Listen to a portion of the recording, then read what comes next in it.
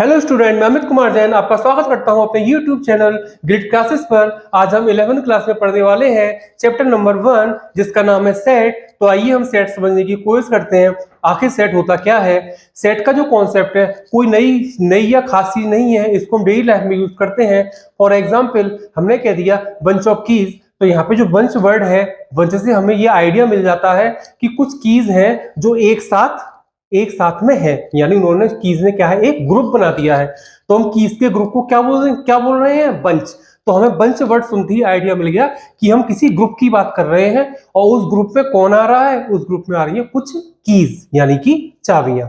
हमने दूसरा एग्जांपल बोल दिया प्राइड ऑफ लॉयंस, यानी कि यहाँ पे प्राइड वर्ड सुनते ही हमको आइडिया मिल जाता है कि कुछ चीजें एक साथ में हैं। अब वो यहाँ पे कुछ चीजें कौन है, वो कुछ चीजें हैं लॉयन। आपके लॉयन छोटे बड़े, मेल फीमेल, उनके बच्चे कुछ भी हो, लॉयन एक टाइप का एनिमल हो गया। अब वो मेल फीमेल, उसकी एज क्या है, बच्चा है कि बड़ा है, उससे मतलब नहीं है, लेकिन वो एक साथ बैठे तो हैं। तो यानी कि जो शेरों का झुंड है उसको हम क्या बोल देते हैं, प्राइड। तो यानी प्राइड से हमें क्या मालूम पड़ता है, ग्रुप ऑफ लॉयन। बंच से क्या मालूम पड़ता है, ग्रुप ऑफ कीज। तो यानी ग्रुप यानी कि बंच ऑफ प्राइड एक ऐसे वर्ड है जो हमें ग्रुप का आइडिया देते हैं। और ग्रुप को ही हम क्या बोलते हैं, सेट। हमने सेट का आइडिया, ग्रुप सेट और कलेक्शन, यानी ग्रुप सेट कलेक्शन से हमें आइडिया मिलता है कुछ चीजें इकट्ठी होकर एक साथ में है। मुझे उम्मीद है आपको सेट का मतलब समझ में आ गया होगा। अब सेट की डेफिनेशन क्या होगी, a well defined collection of object is called a set. यानी कि अब यहाँ पे इतना तो क्लियर है, collection of object is called set, भी अच्छी बात है। कलेक्शन ऑफ ऑब्जेक्ट कुछ, कलेक्शन ऑफ ग्रुप एक ही बात है। Collection of object is called set. लेकिन यहाँ पे एक वर्ड आया है वेल डिफाइंड। वेल डिफाइंड का मतलब होता है प्रॉपर वे में डिफाइंड। वेल डिफाइंड का मतलब क्या होता है, प्रॉपर वे में डिफाइंड। तो भाई यहाँ पे वेल डिफाइंड का मतलब हमें पता क्या होना चाहिए। तो भाई वेल डिफाइंड का मतलब है जो हमारा सेट है, सेट के अंदर जो हमारा सेट है, सेट के अंदर जो ऑब्जेक्ट है, जो हमारा सेट है उस सेट के अंदर जो ऑब्जेक्ट है वो डेफिनेट एंड डिस्टिंक्ट होने चाहिए। यानी कि जो वेल डिफाइंड का मतलब होता है कि सेट की ऑब्जेक्ट डेफिनेट एंड डिस्टिंक्ट होने चाहिए। तो यहाँ पे आता है डेफिनेट और यहाँ पे आता है डिस्टिंक्ट। Definite and distinct. तो डेफिनेट का मतलब होता है कि एलिमेंट इस तरीके से होने चाहिए कि हम उसको क्लियरली कह सकें कि कोई पर्टिकुलर ऑब्जेक्ट, यानी हमने एक सेट की बात करी और उस सेट से रिलेटेड एक ऑब्जेक्ट की बात करी, तो हम क्लियरली कह सकें कि ये ऑब्जेक्ट इस सेट में आएगा कि नहीं आएगा। यानी कि डेफिनेट, यानी आप पक्का बता सकें कि ये एलिमेंट इस सेट में आएगा कि नहीं, जिसको हम आगे भी सीखेंगे। और डिस्टिंक्ट का मतलब होता है कि सेट के अंदर दो या दो से ज्यादा एलिमेंट सेम नहीं होने चाहिए, या कह दो आइडेंटिकल नहीं होने चाहिए। यानी कि दो या दो से ज्यादा एलिमेंट एक जैसे नहीं होने चाहिए, इसी को हम बोलते हैं डिस्टिंक्ट। तो जब सेट के एलिमेंट डेफिनेट होंगे यानी कि और डिस्टिंक्ट होंगे, जब ये दोनों कंडीशन पूरी होंगी तो हम कहेंगे कि हमारा जो सेट है वो कैसा है, वेल डिफाइंड। यानी कि मैथ के अंदर आप हर कलेक्शन को सेट थ्रू ना बोल दोगे, जब वो ये दो कंडीशन फुलफिल करेगा कि सारे एलिमेंट डेफिनेट होने चाहिए और सेट के अंदर दो या दो से ज्यादा एलिमेंट आपके सेम टू सेम नहीं होने चाहिए, तब जाके हम कहेंगे जो ऑब्जेक्ट का कलेक्शन है वो वेल डिफाइंड है, इसको हम सेट बोल देंगे। यानी कि ऑब्जेक्ट्स का वो कलेक्शन जो ये दो कंडीशन पूरी करेगा वो ही वेल डिफाइन होगा, और जब वो वेल डिफाइन होगा तभी हम उसको क्या बोलेंगे, सेट। अब मुझे उम्मीद है आपको सेट की डेफिनेशन समझ में आ गई होगी और उसमें जो वेल डिफाइंड वर्ड्स यूज किए गए हैं उसका क्या मतलब वो भी आपको समझ में आ गया होगा। अब सेट से रिलेटेड हम कुछ फैक्ट पढ़ेंगे। जैसे नंबर 1 पे लिखा हुआ है ऑब्जेक्ट ऑफ सेट। जो सेट के अंदर जो ऑब्जेक्ट होते हैं उनको बोलते हैं भैया सेट के कौन है, एलिमेंट। यानी सेट के अंदर जो ऑब्जेक्ट आएंगे उनको हम बोल देंगे कि ये सेट के एलिमेंट है। Number 2, set is noted bye capital ABC। जब सेट हुआ तो सेट को नाम भी देना पड़ेगा। सेट को हमेशा और हमेशा, कोई चॉइस नहीं है, सेट को हमेशा और हमेशा कैपिटल ABC से ही कैपिटल ABC से ही डिनोट करते हैं। थर्ड में आता है element of set are denoted by small ABC। यानी जो सेट के एलिमेंट होंगे, बोला गया है जो सेट के ऑब्जेक्ट होते हैं उनको हम एलिमेंट बोलते हैं। तो सेट के जो एलिमेंट होंगे उसको हम स्मॉल ABC से डिनोट करते हैं। लेकिन कभी कभी कुछ क्वेश्चन में कंडीशन दी जाती है तो हमको कैपिटल से भी लिखना पड़ता है, जैसा कि मैं नीचे लिख दिया है, बट एज पर condition sometimes these are denoted by capital ABC। कभी कभी कंडीशन के अकॉर्डिंग हमको ये एलिमेंट कैपिटल लेटर में भी लिखने पड़ते हैं, वो जब क्वेश्चन आएंगे एग्जाम्पल में हम समझेंगे। Number 4, order of elements in set is not important, यानी कि सेट के अंदर जो उसके एलिमेंट है, जब आप उनको सारे एलिमेंट को एक एक करके लिखोगे तो आप पहले कौन सा आएगा बाद में कौन सा आएगा ये मैटर नहीं करता, बस आपको उस सेट के सारे एलिमेंट लिखने हैं, उनको लिखने का ऑर्डर क्या है ये इंपॉर्टेंट नहीं होता। Number 5, each element in set is written at once only, हर एलिमेंट सेट के अंदर केवल और केवल एक ही बार लिखा जाएगा। जब हर एलिमेंट सेट के अंदर केवल और केवल एक ही बार लिखा जाएगा तभी तो डिस्टिंक्ट वाली कंडीशन पूरी होगी। डिस्टिंक्ट मींस दैट टू और more object should not be same, दो या दो से ज्यादा एलिमेंट एक जैसे नहीं होने चाहिए। भाई एक जैसे होंगे ही नहीं, आप हर एलिमेंट को लिखो ही केवल एक बार, तो तभी ये बात बोली जाती है each element in set is written at once only, एक एलिमेंट सेट के अंदर केवल और केवल एक बार लिखा जाएगा। Number 6, element in set can be like और अनलाइक, यानी जो एलिमेंट जो सेट के अंदर एलिमेंट्स होते हैं लाइक यानी कि वो एक कास्ट के भी हो सकते हैं, अनलाइक वो डिफरेंट डिफरेंट कास्ट के भी हो सकते हैं। भाई अब कास्ट कहां से आ गई, कास्ट वो आगे क्वेश्चन में हम समझेंगे। अब प्रीसेंस एंड एब्सेंस, प्रीसेंस का मतलब होता है किसी चीज का होना और एब्सेंस का मतलब होता है उस चीज का ना होना। अब यहाँ पे कौन हो किसके होने ना होने की बात की जा रही है, भाई किसी एलिमेंट की। Presence and absence of an element in set, यानी कि कोई एलिमेंट है वो सेट में है यानी कि प्रेजेंट है, सेट में नहीं है यानी कि एब्सेंट है। हम कैसे, उसके लिए कुछ नोटेशन है, उसके लिए वो आपको पढ़ना पड़ेगा जो आगे हमारे थ्योरम प्रूव करने में या यहाँ वहां क्वेश्चन करने में कभी कभी यूज, कभी कभी क्या हमेशा ही यूज होता है। तो अब ये जो पहला नोटेशन है ये वाला, इसको हम पढ़ते हैं दो तरीके से, या तो आप बोल दो x is an element of set A, x जो है सेट ए का एलिमेंट है, या फिर बोल दो x belongs to A, x जो है सेट ए को बिलोंग करता है। दोनों का मतलब एक ही, आप कुछ भी बोल सकते हैं।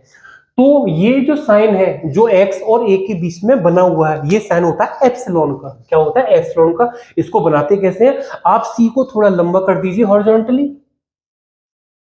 और इसके सेंटर में से एक सीधी लाइन बना दीजिए, इसको बोलते हैं हम एप्सिलॉन। ये आपके ग्रीक अल्फाबेट का 5th लेटर होता है। तो यहाँ पे ये जो एप्सिलॉन का साइन के बीच के x और a के बीच में लग गया, x क्या है आपका एनी एलिमेंट, ए क्या है आपका ये सेट का नाम है। जो आपको ये नोटेशन लिखा हुआ दिखेगा तो इसका मतलब होता है एक्स ए को बिलोंग करता है, या फिर हम कह देते हैं एक्स जो है ए का एलिमेंट है। सेकंड पॉइंट में देखिए ये एप्सिलॉन क्या है, कटा हुआ है, इसको बोल देते हैं crossed epsilon.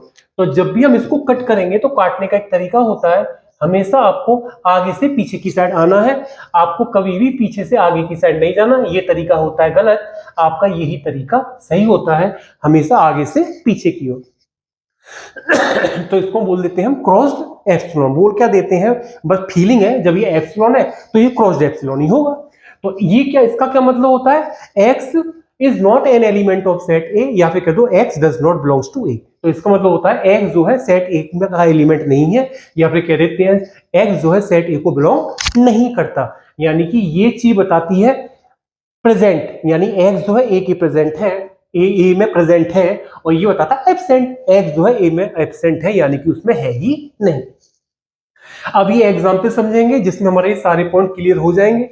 Right all elements of set of all vowels of English alphabet, यानी कि इंग्लिश अल्फाबेट के ऑल वाउल्स को यूज करके जो सेट बनाया गया है उसके सारे एलिमेंट लिखिए। जब हम इंग्लिश अल्फाबेट के ऑल वाउल्स यूज ही कर लेंगे और सेट बनाएंगे तो उसमें काउंटिंग में कितने एलिमेंट, सेट में कितने एलिमेंट आएंगे 5, क्योंकि 5 ही वॉवल होते हैं ए ई आई ओ यू।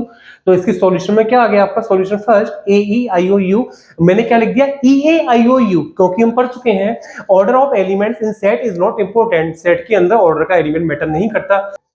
मैंने ई ए आई ओ यू लिखा है, आप किसी और ऑर्डर में लिख दीजिए, लेकिन लिखने यही पांचों होंगे।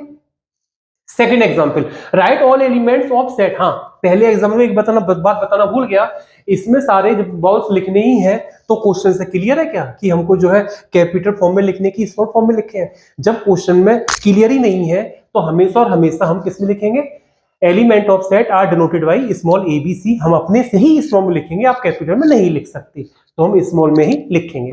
एग्जाम्पल 2, सारे एलिमेंट लिखने हैं उस सेट के जो इन वर्ड्स के लेटर्स को यूज करके बना है। पहला वर्ड है रेड और दूसरा है स्कूल, यानी आपको एक सेट इसके लेटर यूज करके बनाना है। आपको एक सेट, दो पार्ट है ए और बी, ए एंड बी। तो हम इसमें आर ई डी 4 लेटर आए हैं, तो आप क्या होंगे, आपके उस सेट के अंदर एज अ एलिमेंट कितने मेंबर हो सकते हैं, गिनती की गिनती 3, यानी कि r comma e comma d, आप गिनती के 3 ही लिख सकते हैं। नेक्स्ट वर्ड है स्कूल। अब स्कूल में क्या है, SCHOOL, लेकिन ध्यान रखना यहाँ पे ओ कितने टाइम आया, 2 टाइम, लेकिन सेट के अंदर और each element in set is written at once only, हर सेट के अंदर एक एलिमेंट केवल और केवल एक ही बार लिखा जाएगा। तो यहाँ पे ओ भले ही 2 टाइम आया है, लेकिन आप सेट के जब इसके एलिमेंट लिखेंगे सेट के, तो ओनली 1 टाइम इसको लिखना पड़ेगा। तो SCHOL, SCHOL, ऑर्डर कुछ भी हो लेकिन लिखने यही है आपको, SCHOL। तो देखिए अब यहाँ पे रेड और स्कूल उसने लिख के ही हमको अपर केस में दिए हैं, तो हमारी मजबूरी बन जाती है कि ये जो एलिमेंट है हमको कैपिटल में ही या फिर कह दो अपर केस में ही लिखने होंगे। यहाँ पे आपकी मनमर्जी चलने वाली नहीं है, आपकी मनमर्जी वहीं चलेगी जहां पे क्वेश्चन को पढ़ के क्लियर ना हो कि स्मॉल लिखने हैं कि कैपिटल, तो आप हमेशा हमेशा स्मॉल लिखेंगे, वरना जो क्वेश्चन में जैसा दिखाई दे रहा है वैसा ही आपको अपने आंसर में लिखना है। Example third, right all elements of set made by, आपको उस सेट के सारे एलिमेंट लिखने हैं जो कैसे बना है, first four letters of English alphabet, English alphabet के पहले 4 लेटर से, and all prime numbers less than 10, सारे प्राइम नंबर जो 10 से छोटे हैं उनको यूज करके, यानी कि इंग्लिश अल्फाबेट के आपको पहले 4 लेटर यूज करने हैं और सारे प्राइम नंबर यूज करने हैं लेकिन लेस देन 10, उससे हमारा सेट बनेगा। तो देखिए solution 3, first 4 letter of English alphabet यानी कि ABCD, कॉमा 10 से छोटे प्राइम नंबर 2, 3, 5 एंड 7, यही 4 नंबर प्राइम नंबर होते हैं जो 10 से छोटे होते हैं, 2, 3, 5, 7। तो अब इस वाले सॉल्यूशन एग्जांपल 3 क्यों बताया गया, क्योंकि मैंने बताया था आपको elements in set can be like और अनलाइक, जो सेट के अंदर एलिमेंट होते हैं लाइक यानी सेम कास्ट के भी हो सकते हैं, अनलाइक यानी डिफरेंट कास्ट के भी हो सकते हैं। तो देखिए ABCD ये इंग्लिश अल्फाबेट के लेटर है जो इंग्लिश लिखने में यूज होते हैं, और 2, 3, 5, 7 ये आपकी डिजिट 1 डिजिट नंबर है या फिर कह दो केवल डिजिट है, ये आपकी मैथमेटिकली यूज होती है। तो यानी कि ABCD 2, 3, 5, 7 इन दोनों की कास्ट अलग अलग होगी, एक कास्ट के नहीं हो सकते। ABCD चारों सेम कास्ट यानी कि लाइक, 2, 3, 5, 7 सेम कास्ट यानी कि लाइक। जब ये 8 के 8 किसी एक सेट के एलिमेंट है तो हम क्या कहेंगे भाई इस सेट के एलिमेंट्स कैसे हैं, अनलाइक। यानी कि हम एग्जांपल 1 में देखें सारे एलिमेंट लाइक है, एग्जांपल 2 में भी सारे एलिमेंट लाइक है, मगर इस वाले एग्जांपल 3 के सॉल्यूशन में सारे इस सेट के एलिमेंट लाइक नहीं है। वो बात अलग है कि ये वाले 4 लाइक है, ये वाले 4 लाइक है, तो हम ग्रुप के एलिमेंट्स को डिवाइड तो कर नहीं देंगे, सेट के एलिमेंट्स को डिवाइड तो कर नहीं देंगे, सेट तो एक ही है, उस सेट के अंदर जो 8 एलिमेंट है इनको देख करके हम ये बोलेंगे कि इस सेट के एलिमेंट अनलाइक है। एग्जांपल 4, आप किसी सेट ए की बात कर रहे हैं और कह रहे हैं कि इस सेट ए में इतने एलिमेंट आते हैं 2, 4, 6, 8, 10 एंड 12, यानी 2 1 से लेके 2 6 गिनती के 6 एलिमेंट आते हैं इस सेट ए के अंदर। तो इस इंफॉर्मेशन के बेस पर आपको ABCD इन चारों में बताना है कौन करेक्ट है और कौन इनकरेक्ट है, यानी कौन सही है कौन गलत। तो आपने पहले ही पढ़ लिया, जब एप्सिलॉन होता है तो इसका मतलब होता है बिलोंग्स टू, और जब ये आपका कटा हुआ एप्सिलॉन यानी क्रॉस्ड एप्सिलॉन होता है तो इसका मतलब होता है डज नॉट बिलोंग्स टू।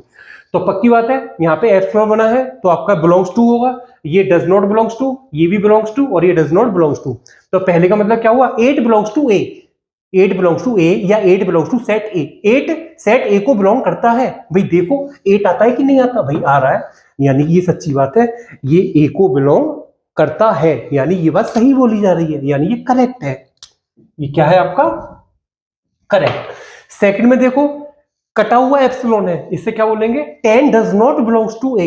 भाई देखो भाई 10 तो आ रहा है तो 10 तो ए को बिलोंग कर रहा है, यानी ये बात तो यहाँ पे ये कहानी तो झूठी बोली है, ये कहानी तो झूठ है, यानी ये क्या है आपका इनकरेक्ट। ये क्या है आपका सेकंड पार्ट भी इनकरेक्ट। अगले का क्या मतलब है 11 बिलोंग्स टू ए, यानी 11 जो है 11 बिलोंग्स टू ए, यानी 11 ए में आता है। तो भाई देखो कहीं नहीं आ रहा, हमें तो 11 कहीं नजर ही नहीं आ रहा, यानी ये क्या कह रहा है, ये झूठ बोल रहा है, तो यानी ये क्या है आपका इनकरेक्ट, गलत है, इनकरेक्ट। अगला क्या है आपका 15 डज नॉट बिलोंग्स टू ए, 15 ए में नहीं आता। भाई देखो भाई वास्तव में नहीं आता, दिखाई दे रहा है कि नहीं आता, यानी वो बिल्कुल सही बोल रहा है, यानी कि ये आपका क्या है करेक्ट। बस इतनी सीधी वीडियो, मुझे उम्मीद है कि आपको वीडियो अच्छे ये सारा मैटर समझ में आया होगा, इसको नोट करें और लर्न करें। नेक्स्ट वीडियो में जल्दी मिलूंगा जिसमें हम सेट को लिखने के कैसे कैसे मेथड होते हैं उनको हम सीखेंगे। Bye bye.